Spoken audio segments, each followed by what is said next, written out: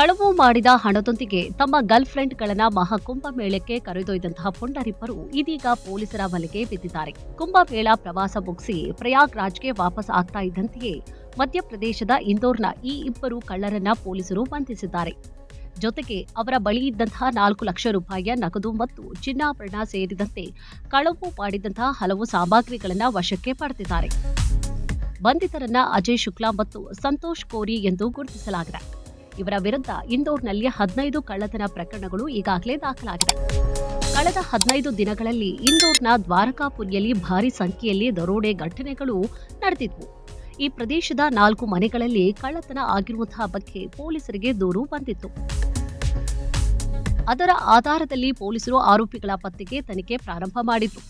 ಅಪರಾಧದ ಸ್ಥಳದಲ್ಲಿ ದೊರೆತಂತಹ ಬೆರಳಚ್ಚುಗಳನ್ನು ಪೊಲೀಸರು ಹೋಲಿಕೆ ಮಾಡಿ ನೋಡಿದಾಗ ಆರೋಪಿಗಳು ಯಾರೆಂದು ತಿಳಿದು ಬಂದಿತ್ತು.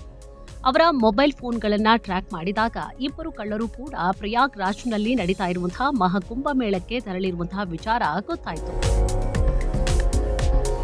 ಹೆಚ್ಚಿನ ಮಾಹಿತಿ ಸಂಗ್ರಹಿಸಿದಾಗ ಕಳ್ಳತನ ಮಾಡಿದಂತಹ ದುಡ್ಡಿನಲ್ಲೇ ಇಬ್ಬರು ಆರೋಪಿಗಳು ತಮ್ಮ ಗೆಳತಿಯರನ್ನ ಕುಂಭಮೇಳಕ್ಕೆ ಕರೆದುಕೊಂಡು ಹೋಗಿರುವುದು ತಿಳಿದುಬಂತು. ಕೂಡಲೇ ಇಂದೋರ್ ಪೊಲೀಸರ ತಂಡವು ಪ್ರಯಾಗ್ರಾಜ್ಗೆ ಪ್ರಯಾಣ ಬೆಳೆಸಿತ್ತು. ಆದರೆ ಆರೋಪಿಗಳ ಮೊಬೈಲ್ ಟ್ರ್ಯಾಕ್ ಮಾಡುತ್ತಿದ್ದಾಗ ಅವರು ಒಂದು ಸ್ಥಳದಿಂದ ಮತ್ತೊಂದು ಸ್ಥಳಕ್ಕೆ ಹೋಗ್ತಾ ಇದ್ದಿದ್ದು ಅರಿವಿಗೆ ಬಂತು. ಅಲ್ಲದೆ ಕುಂಭ ಪ್ರದೇಶದಲ್ಲಿ ಜನರ ದಟ್ಟಣೆಯಿಂದಾಗಿ ಆರೋಪಿಗಳನ್ನ ಪತ್ತೆ ಹಚ್ಚುವುದು ಸುಲಭ ಆಗಿರಲಿಲ್ಲ. ಹೀಗಾಗಿ ಪೊಲೀಸರು ಹೋದಂತಹ ದಾರಿಗೆ ಸುಂಕವಿಲ್ಲ ಎಂಬಂತೆ ಇಂದೋರ್ಗೆ ವಾಪಸ್ಸಾಗಿದ್ರು. ಆರೋಪಿಗಳ ಬರುವಿಕೆಗಾಗಿ ವೇಟ್ ಮಾಡ್ತಾ ಇದ್ರು.